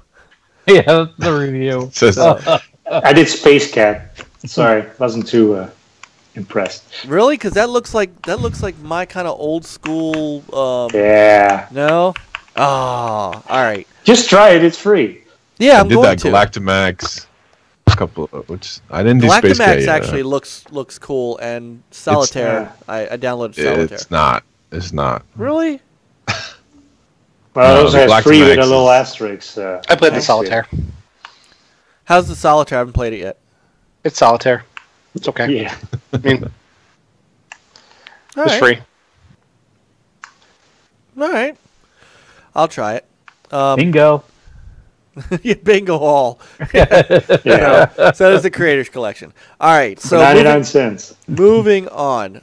Here is one of the biggest, and to me, I think this is what one of the best new features in the dashboard is the guide. So you could see from here that they have completely renovated the guide again. Now, yes, I said again because this is like the third time they've done it. However, this particular layout, I think I've liked the best out of all the layouts that they've come across. As much as I was okay with the vertical movement going between the options, I actually prefer this more concise and compact horizontal layout that's at the top. So, you have, of course, you hit the home button and you can immediately go home. And, of course, all the same stuff that was there for taking screenshots and videos is here. So, Y, I think, takes a screenshot and something else takes video and so on. But, so under the home button, you, of course, have your games and apps, you have your store, you have your pins. And the pins, if you have pins, I do have I think I have a pin just to... Sorry, there we go. I have a pin, I think, just to have one there for the purposes of showing. And I can add the pin to home.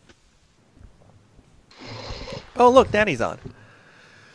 So if I wanted to add a game to home, I'll show you how to do that in a moment. But actually, I can do it right here since I've got a game right here. Since Rainbow Six Siege is something we've gotten back into, if I hit the options button and I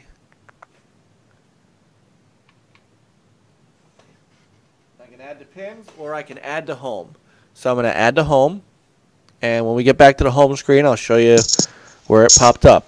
So beyond this, I'm just going to slide. I'm actually going to slide back a little bit. And I'm going to try to read the television. I think it's going to be a little easier for me to navigate if I'm looking at the television rather than looking at the screen.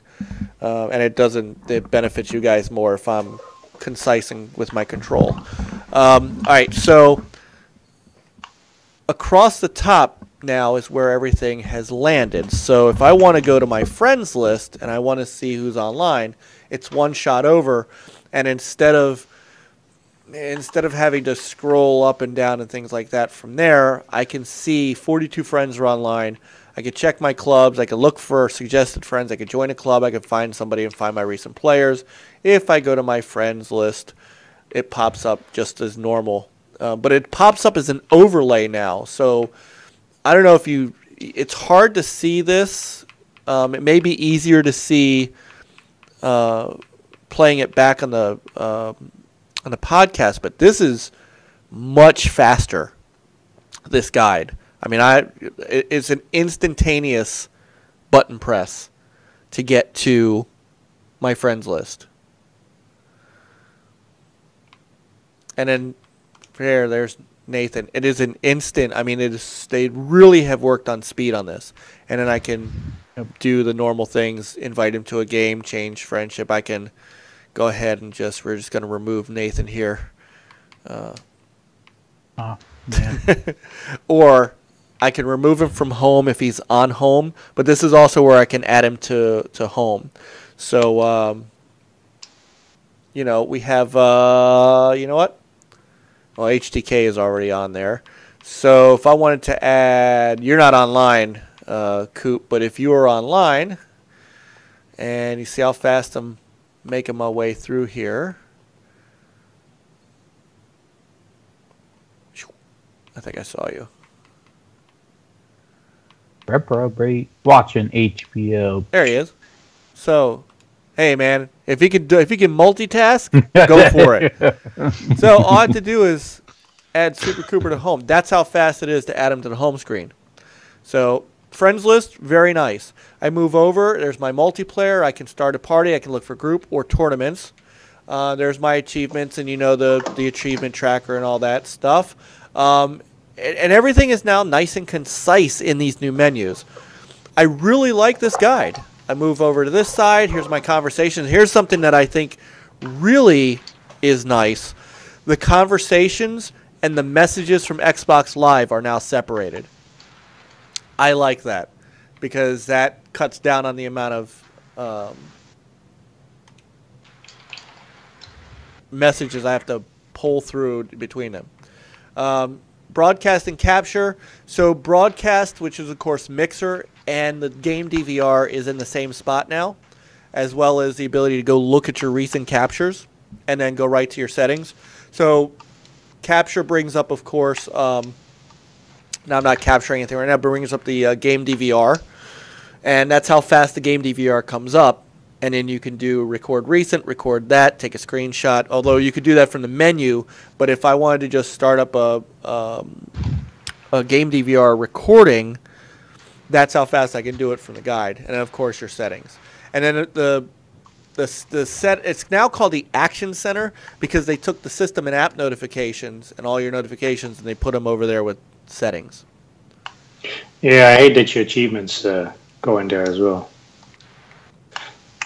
You think so? Yep. Rather than its own? Yeah. You would think they would either show up in their achievements or something, for the ones that... So, but, it's... they probably had to put it quickly together, so I can see them changing that in the next build. And achievements was also separated anyway, so it might just be right now they're... Because if you notice, a lot of the main pieces here are things that were already there. It was just reorganizing some of the extra stuff. And, of course, you can your audio, turn on and off your Connect mic for chat, turn off the console, restart the console. And then you can go to your settings. I couldn't find it, but there was one thing in here. I like what they did to broadcast, too. Even the settings, like you notice, the setting menus are different now. The boxes are gone, and it's But what that has done is it's really, honestly, I mean, to be perfectly honest, it has streamlined the speed by removing some of that excess graphical stuff. So, yep. Hey, what's up, Enrique? It's good to see you. So let's hope they stick to this UI. I agree with that, with one exception. My personal opinion is, let's go back to the home screen, the main home screen. My personal opinion is they could have kept the home screen they had and done a lot of this customization into that home screen, in my opinion. And yes, I miss Snap too, Coop.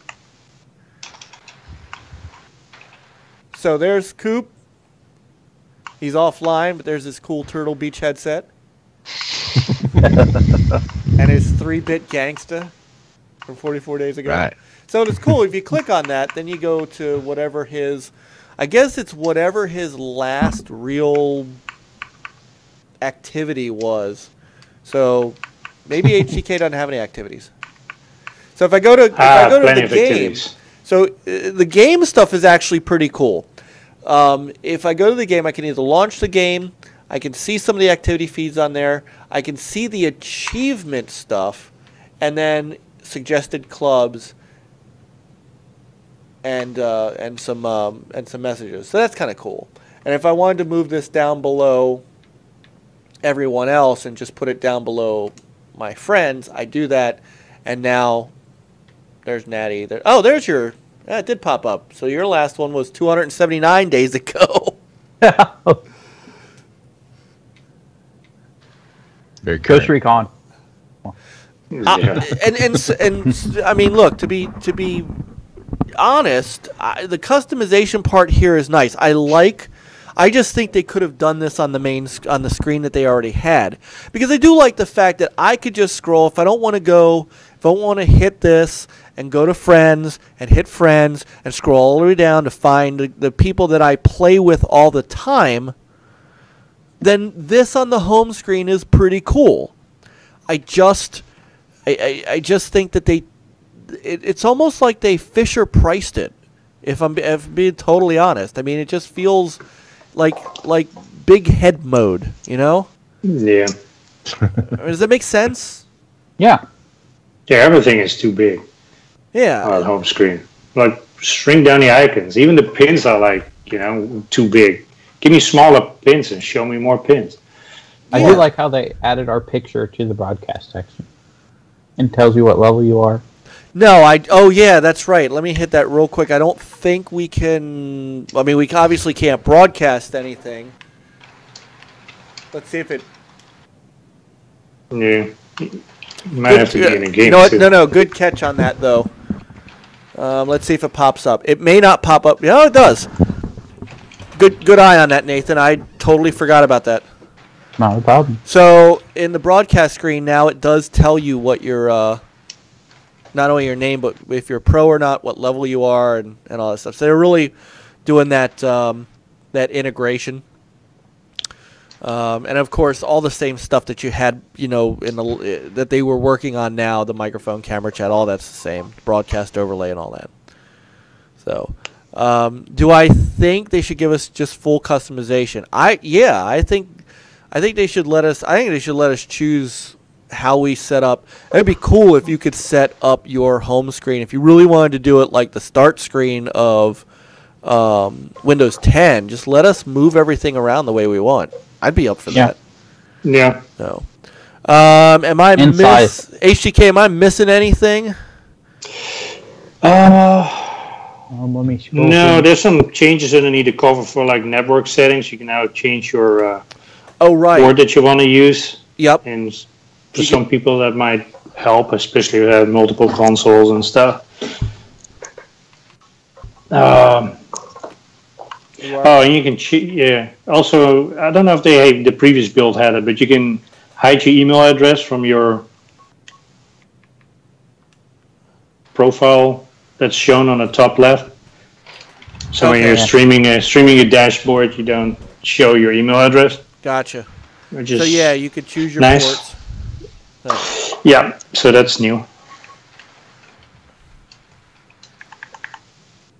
mean, most people don't have to touch that anyways, but no, it's nice that you can. Yeah. It definitely helps multiplayer games. Call of Duty and all. No. Well, the people in Rainbow Six Siege, if they knew how to do that, they wouldn't have 900 ping. Yeah. All right. No, I'm looking too, and I think that I do think that is everything that's in the. Oh, you forgot a big thing. What? Moving files around between hard drives. Yep. Shoot! You're right. Yeah.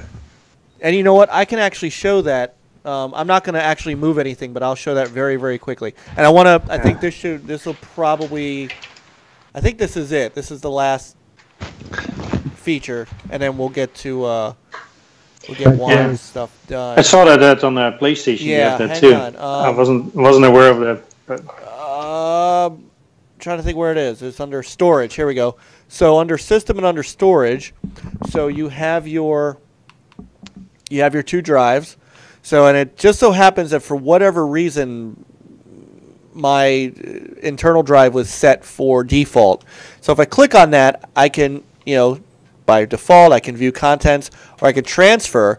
Now, what's nice about this that HDK was alluding to is I can now transfer things in bulk. So if I wanted to move all of those to my internal drive, I can do so. And so now, you can do it, and you can see up there 8.7 gigs selected. I can select everything, or I can just do one. I can do whatever. So yeah, that is. You're right. I forgot about that. Good. See, this is why I got you guys. This is why you guys are my boys, because you guys remember the stuff, all the stuff I don't always remember. So, and I believe that is. I'm looking at the Xbox Wire article. That is everything. So there you have it. That is that's the new dashboard coming to you guys. I'm going to put in for them compacting some of the home screen. But as far as the functionality, I get it. Cool stuff. The guide for me is sublime. I mean, it's just the guide is so, and it's so fast. Yep. Also with the transfer one, I wish you could sort the same way or find stuff the same way as you could do in the My Games and Apps part, where you filter by either 360 games or Xbox One games. That would be cool. I haven't. Know what? So that was my. So I provided them with that feedback because I like to put all my 360 games on one hard drive and the Xbox One games on another. That's not a bad idea. Yeah, and apps. My apps are my internal. I have like 2 external hard drives. So just the way I like to organize it. But. Okay. All right. Any questions that I might be able to answer from those who... What do you guys think, Coop? What do you think? I like that new community tab, and like you said, I like the guide, but I like how the community is kind of... There's more on the screen instead of kind of going down just one at a time. There's kind of more on the the page there at one time. Quicker, you can scroll through it a lot quicker than... And yeah, and that bulk thing is nice too. That would have been nice when I got my new hard drive. Yeah, me too. Kind of came a little late. Yeah, I'll be upgrading my hard drive soon. Juan, what do you think? I haven't really messed with it too much. I've been too busy recording retro videos and. Well, no. I mean, from what you've seen here. Oh, it's okay. I'm not a big fan of some of the size of stuff. It seems to move pretty okay. Yeah, I mean, it's. I'm not. My hair's not blown back by it. It's nice, but okay. It's not. I'm not terribly moved. Fair enough. As long as it plays games. Yeah, the home screen. I mean, the home screen doesn't really. I'm not a big fan of the home screen the way it is. So I'm with you. The guide though, man. I'm telling you, when you start moving around the guide, you're gonna go wow. What do you think, Nate? I'm with you. I think once they let us, make the sizes smaller on the home screen, I'll be okay with it. But right now, I don't even want to customize it because when I add you, I mean, I really like Mike and I really like HDK, but I don't know if I want him to be my background. Yeah. When I close my eyes, I still see Nate's. It's so big. But 2 thumbs up for the guide, like you said. That's amazing. The RB and LB so much easier. Oh yeah, that's really quick. Agreed. I can see some people saying when you go to the friends list, there's another click involved, but just to the sheer speed of the thing, Yeah, it's hard. It's hard to. Maybe I'll do a separate video on it, because I think the speed is something that has been a constant complaint of the UI, and I can't disagree. I cannot disagree.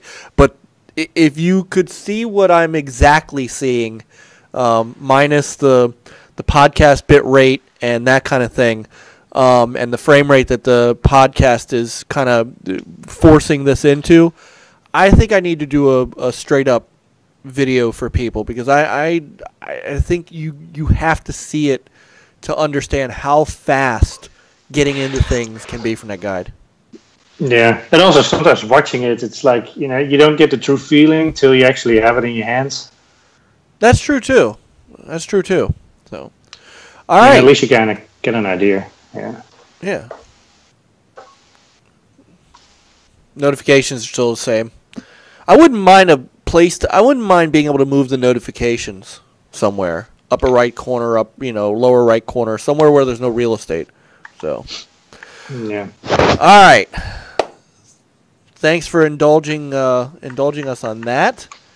We're gonna head back and finish this sucker up with my favorite.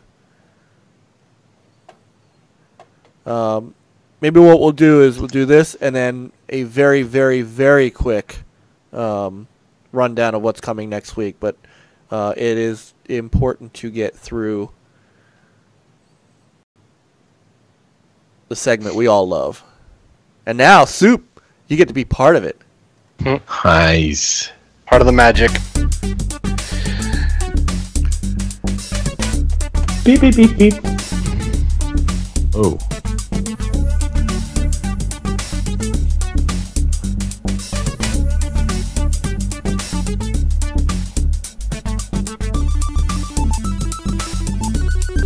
Break it down, Nate.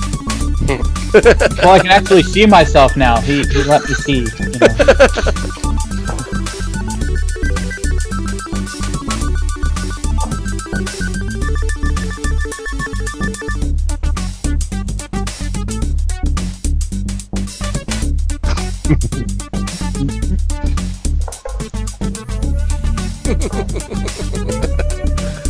Nate throwing gang signs. Oh, gosh. Yeah. Oh.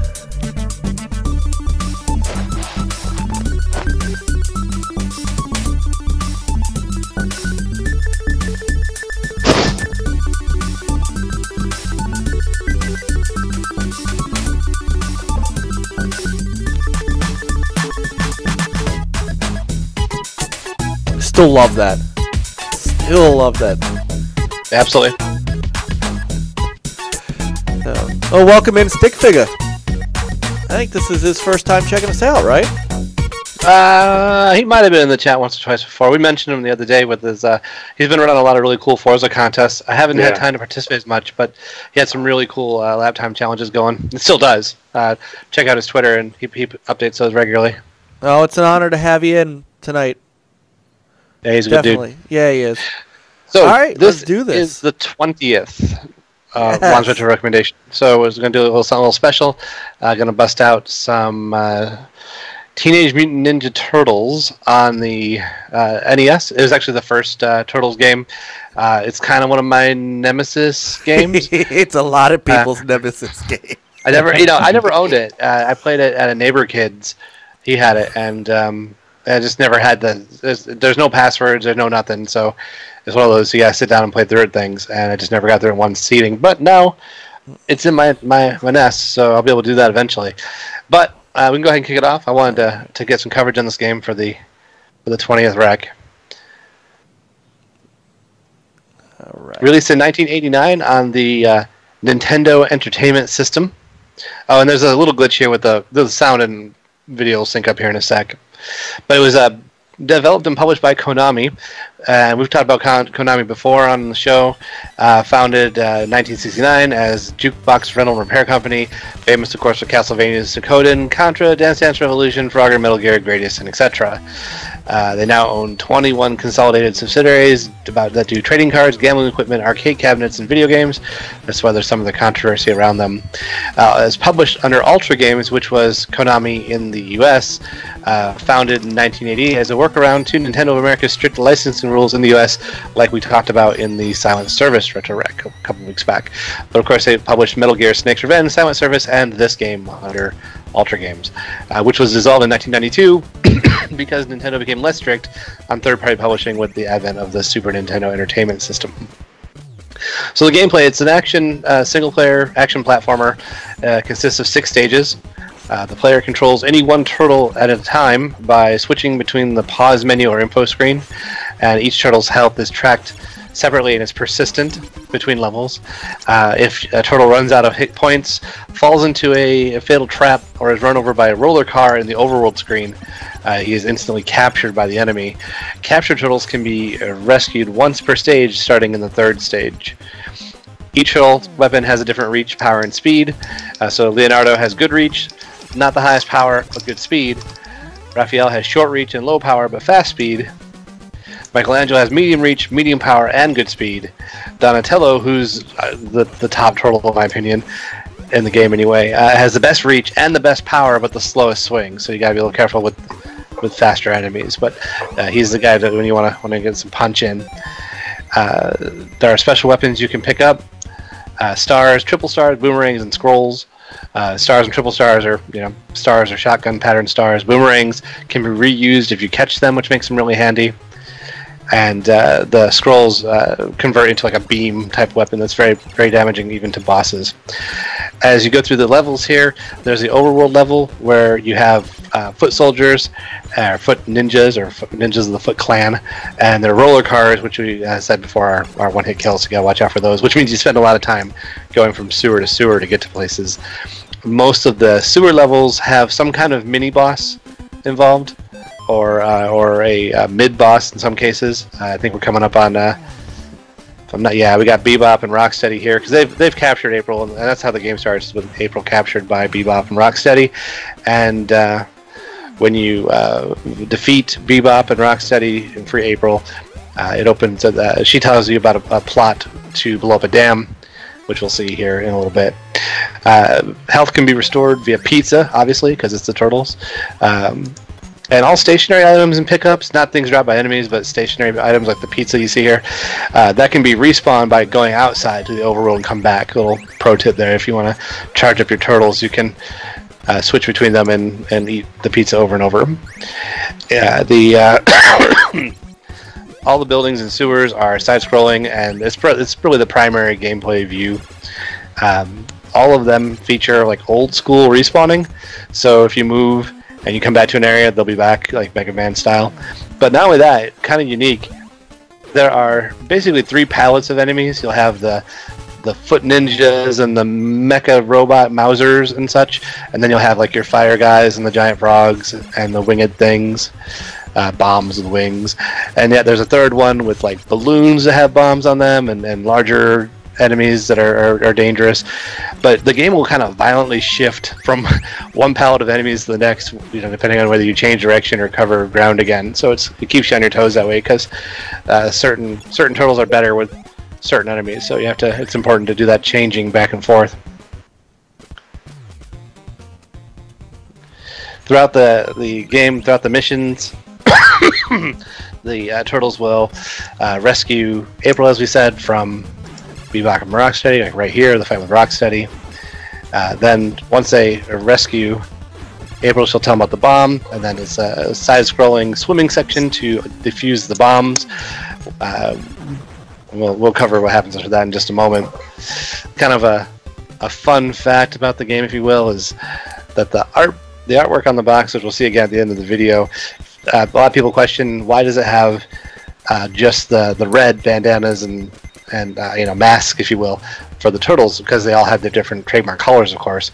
And the reason for that is because the box art was taken from Michael Dooney's cover art for the second printing of the 4th comic book of the series, which was separate from the television series, which just came out 1 or 2 years after. It was the first game after the television series, which was kind of a big thing for it, because that series was huge at old age and memory fails, but a huge series led to a huge game in a way.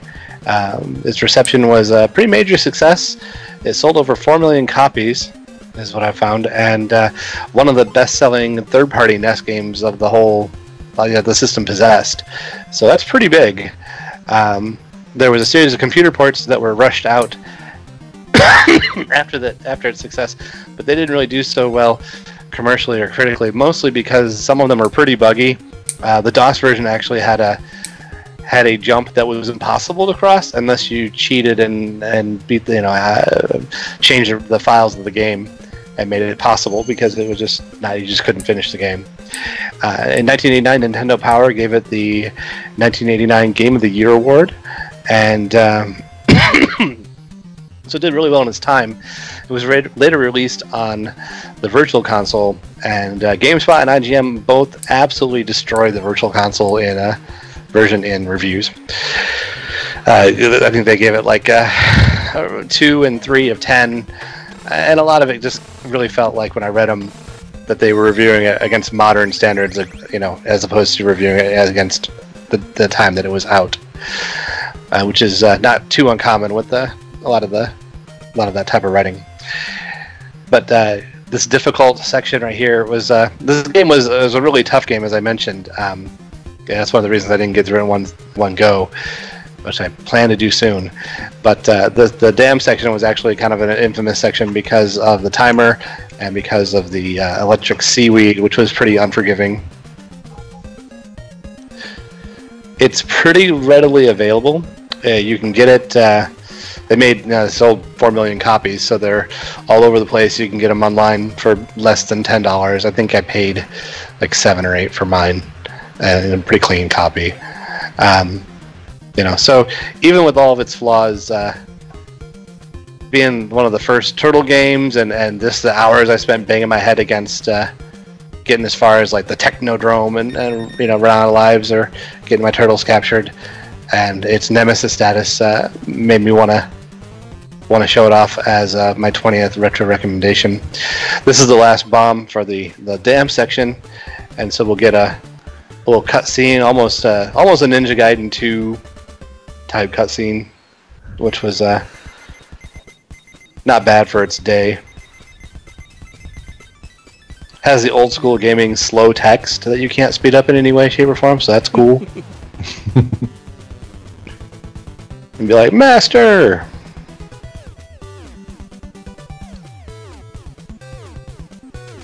And good old, Orokusaki, right? Yep. Orokusaki. I mean, kind of a cool villain back in the day. I don't know, maybe it's because I was young and impressionable, but yeah, this game, it makes a couple of different, it's one of those games that a lot of people know. Some people love it, some people hate it. I don't know. I think it's considered one of those old kind of difficult by being old games, but I definitely going to want to play through it again. And there's that box that I was talking about with the red look turtles, if you will. So that is why it's this week's retro. Nice.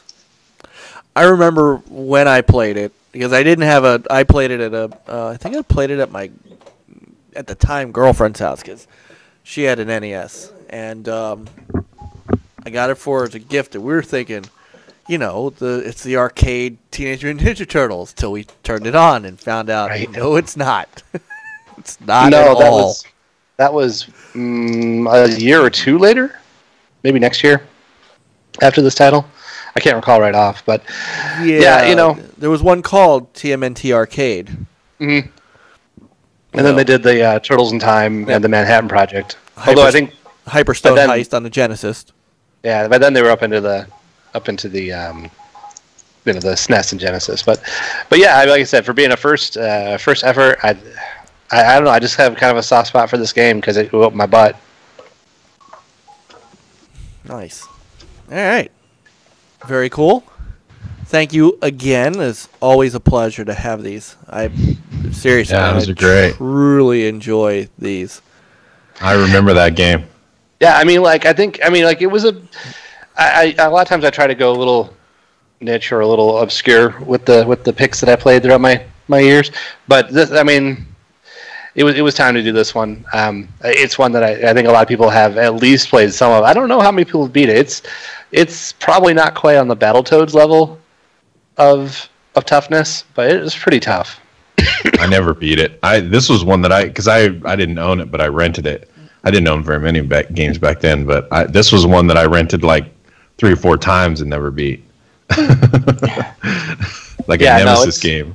Yeah, it's real tough. I mean, and it's got little bits where it's got like pixel perfect jumping you have to do, or else you get on this loop of having to go back through the enemies over and over and over.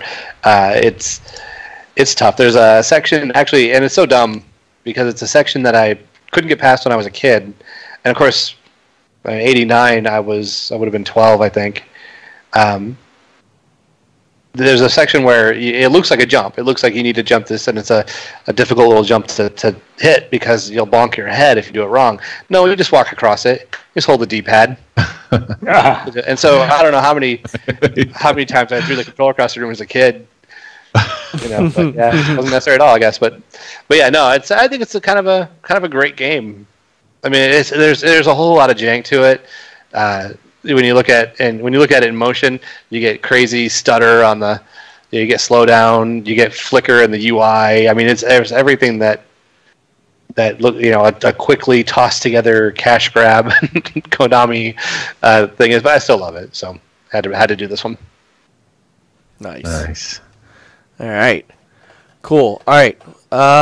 Let us very, very quickly. Do you not want to? Well, hold on. HDK's next week in gaming with HDK. All right. You want to do the whole thing or just some highlights? I'll put it up. You do what you want to do. I just, you know what? This may be the easiest way to do it from here out. Just cut and paste from the Discord room. So. Yeah. I'm just going to do some highlights. We have next week Minecraft Story Mode Season 2 coming to the Xbox One, PlayStation 4, and Switch.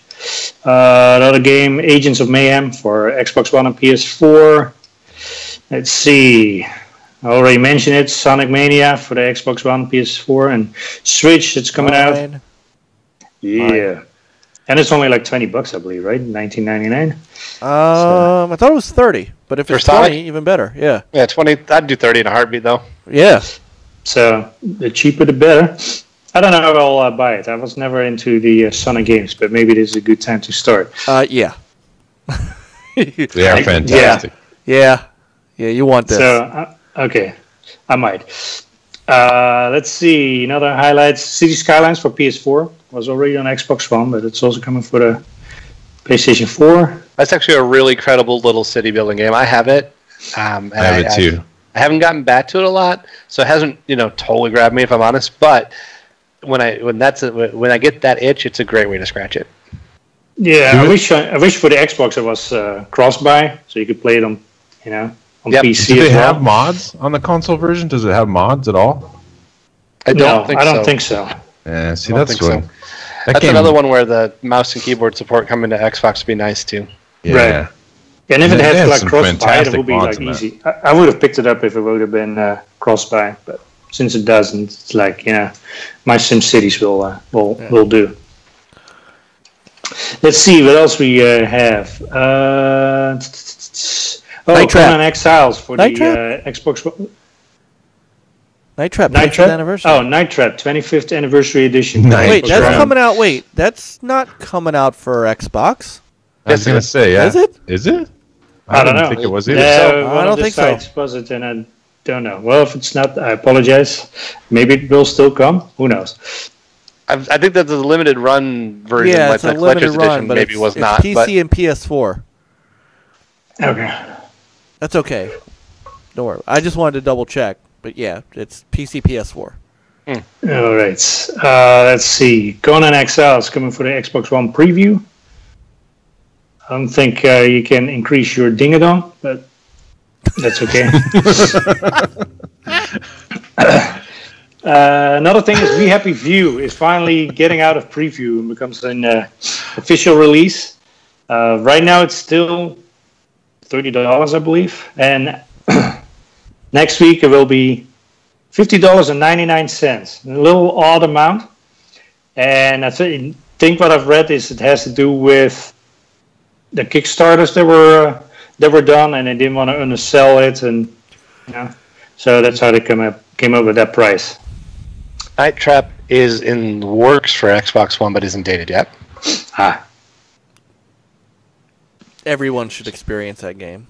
Yeah, I mean, I did actually. I have to admit, being old, I did on the Sega CD that my cousin owned, and it's, I mean, everyone really should play it just for historical value. Yes. I've never played it, so. And then once that one sells well, then they need to do Sewer Shark, which is probably actually the better game. Yes, it was. Although I would say Ground Zero Texas also could use a remake, because that was actually not bad either for its time. So anyway, I digress. Sorry, go ahead, Peter. That's about it. I mean, there are great releases this week. You can read it here on the screen or read it in our Discord. And that's the calendar for this week. You know, with Sonic Mania, I did confirm is $20, and that I might be able to get both that and Hellblade at the same time. Ooh. Nice. So I might get Hellblade yet. What's Conan going to be, or is that free to play? No, it's going into preview right now. Right. So I don't think. Do we know how much it is? I don't know. Hold on. I don't know if I've got time for an MMO, but it looked good enough. It does. It looks neat. It does look neat. I will say that. There's nothing on the Xbox website yet for it as far as pricing goes. Yeah, pretty much, Jeff. Not quite sure what the price is going to be just yet. I don't see anything on.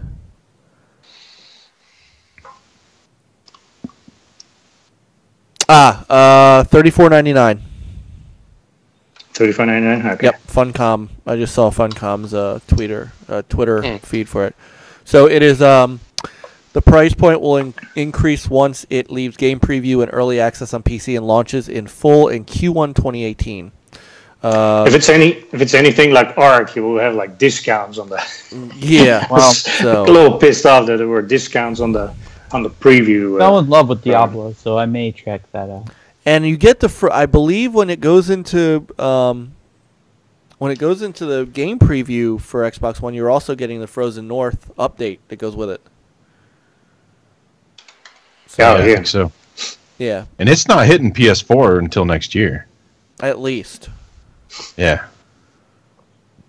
So.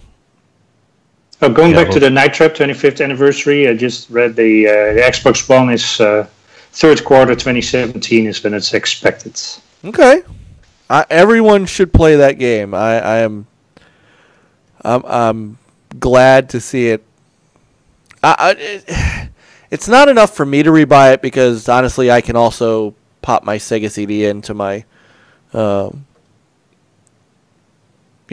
play it. So I mean, it's not if you've never played it, it's worth getting. If you have it on the Sega CD already, I mean, other than HD video, I don't know what the reason is to upgrade. But is it really a game you need to play? I mean, can't you just watch somebody stream that and pretty much? Oh no! You have to experience it for yourself. Do you? No, you. I've never played one of those. I don't know. I mean, when I read about it, it doesn't says pick me. I don't know. So. No, that was Twisted. Right. Twisted on the 3DO had the pick me during the character selection. Yeah. No, yeah, this one I'm thinking about Shrek with a donkey. Yeah. I want to find a cheap 3DO. It's on my bucket list. I had a friend that had one, so we used to play it a lot, but at his house. But there's some good 3DO had a couple, not many, but it had 3 or 4 rock solid games on it, and it had a kick-ass version of Juan. You will appreciate Road Rash. Hey, kick-ass version of Road Rash. So one day. So all right, Peter, thank you. I didn't want to, I know we were running late, but I was trying not to skip as much as I could. However, Nathan, we're gonna hold off on your movie segment until next week. The only movie I saw anyway was one movie, and I give it 2 thumbs up. Hitman's Bodyguard. Oh, right, the one with Ryan Reynolds and Samuel L. Jackson. Yes, exactly. So cool. You had me at Samuel L. Yeah, right. Oh, and those two together, I mean, him and Deadpool is, epic. So kind of like The Rock and Kevin Hart. I think this one's a little bit better than that. Wow, because The Rock and Kevin Hart are pretty funny. Central Intelligence was hilarious. So, all right, we're gonna cut it here because as always, I I try to be cognizant of the fact that Juan's got to work tomorrow, so I'm 10 going hours to. a day. Yeah, it's Yuck. Yeah. And they wanted me to stay for another one. Could you do another hour? No. All right, so everybody, hey, thanks for jumping in, even though we started 45 minutes late. What can I say? You guys are fantastic in the chat room. Best chat ever. Yep, and we love you guys. And to some of the guys we don't normally see, like Stick Figure, we really appreciate you jumping in, man. And I hope you enjoyed the show, and of course our regulars. So just a quick breaking news announcements. SuPRCooPR is not going back to the WFC podcast. He's now going to stay here with us on NLG. Shanghai. Banned. Sorry, Witty. You mean WF podcast? Right. Sorry, Witty. But he sought asylum, and we granted it to him. That's right. What asylum? I've been rescued. Yeah. So thanks, Soup, for coming on with us tonight. Hey, thanks for having me, man. Always a pleasure. Yeah, and thanks for the great rundown on No Man's Sky. I mean, it was fantastic. Yep. Definitely. Yeah, it makes me want to play it again. Yeah. Yeah. So. Yeah, I think it's just a place though. So, I'm gonna throw. Right now too. Yeah. Oh yeah.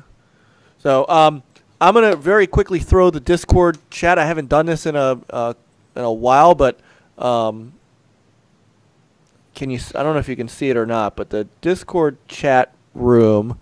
I put a link to the chat room, to the Discord room. Come join us. We have some great talk in there, and there's a bunch of great people in there. So please come and hang out with us. If you are watching this later on, don't forget to comment. We love comments, and as long as it is constructive and as long as it is respectful, we always, we'll always engage back. And if it's something that's really, really good, we'll talk about it next podcast. Like and subscribe. I think, it's as cheesy as it is to ask for that. Seems like everybody does it, so I'm going to do it too. So everybody like and subscribe. And if you're already subscribed to the Next Level Gaming channel, thank you so much. Please tell a friend and have them check us out as well. Don't forget, we've got some great content coming. We got the conclusion of Juan's Evo walkthrough coming, as well as some more Mortal Kombat Shaolin Monks, SuPRCooPR's No Man's Sky video. Recaps. I'm sorry? Also and more of the retro. Yeah. Got two of those ready. Oh, yes. And next Sunday is Gamescom. Yep. That's right. So yes, I had, they're not doing, nobody's doing a conference, so we'll just kind of check out the show stuff, and then we'll just talk about it regular time. I was hoping to do a live stream, but there's really nothing to live stream, so. Right. Anyway. Unless we want to watch Larry Herb talk about it. Yeah. He's staying home, though. No, right. This is the Graham Boyd show. Who's it going to be then? It's Graham. Okay. It's Graham. I'll watch that. Yeah. Yeah, Graham's. I like Graham, man. He's got personality. But Phil staying home, Phil staying home, Larry staying home. I think this is. I think Mikey Barra is going. Yeah, Mike's going. I think Aaron is going. Yeah, I believe so too. Yes. So, I'm assuming, by the way, that by Sunday night, pre-orders for the X will be available. Ooh. That's what I'm thinking. They're holding off on announcing.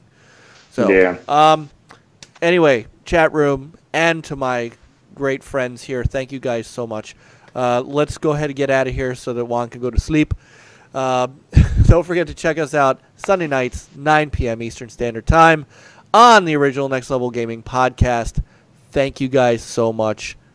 Play on, gamers. Game on. Peace out. Rock Go streak on, baby. Ooh.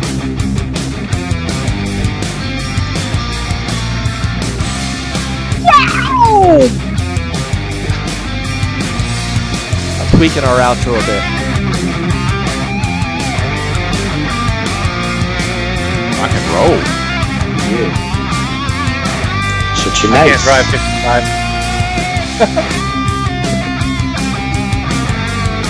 End of the show. You don't gotta go home, but you can't stay here. Right.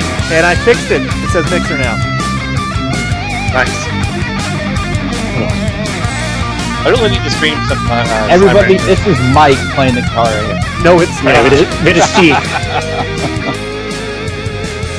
Good night, everybody. With SuPRCooPR on bass. That's right. AC can and drums. Let's get on the drums.